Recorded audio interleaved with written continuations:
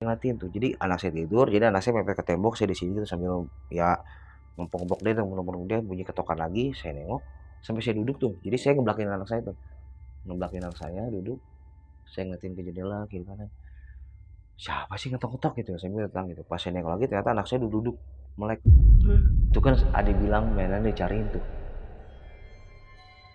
saya kaget, cariin siapa gitu, terus tiba-tiba udah tidur lagi, udah, cari siapa dek gitu, cari siapa gitu, saya tanya gitu kan ya, begitu saya nengok, sosok anak kecil yang saya bilang tadi di luar, ada jendela saya mas, ketawa-ketawa tetap gitu. Terus nggak lama sosoknya nggak ada lagi, tapi kedengeran dari luar suara anak saya yang pertama manggil-manggil adeknya, adek, adek, adek, adek, kayak gitu.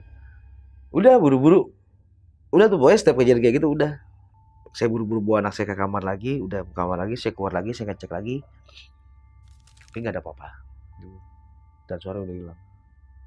Dan begitu saya cek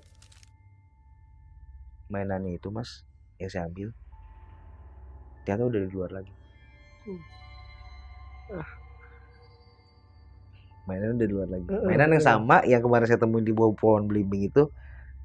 Dan besok paginya ketika saya berangkat kerja, itu mainan udah di luar lagi. Di posisi kemarin yang saya ambil. Berarti dia ngambil lagi tuh ya? Saya nggak tahu dia ngambil lagi atau enggak, saya nggak tahu. Saya pulang kerja lagi gitu, saya mau kerja, sudah malam, gitu malam. Dan karena sebelumnya anak saya sering nangis malam gitu, saya udah mau tidur tuh mas, saya udah mau tidur, dengar ada suara nangis gitu. Saya kaget, saya bangun, saya ngecek kamar. Wah tidur anak saya gitu kan. Udah saya tutup lagi, saya ke depan lagi gitu, ke depan saya lagi, duduk main handphone, dengar lagi suara orang nangis.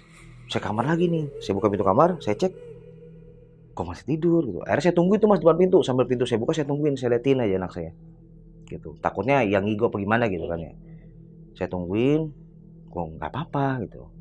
Ya udah saya tutup pintu kamar, begitu saya mau duduk saya baru ngeh mas, anjir, kan suara nangisnya suara orang dewasa, bukan suara anak kecil ini yang menangis, saya mikir gitu.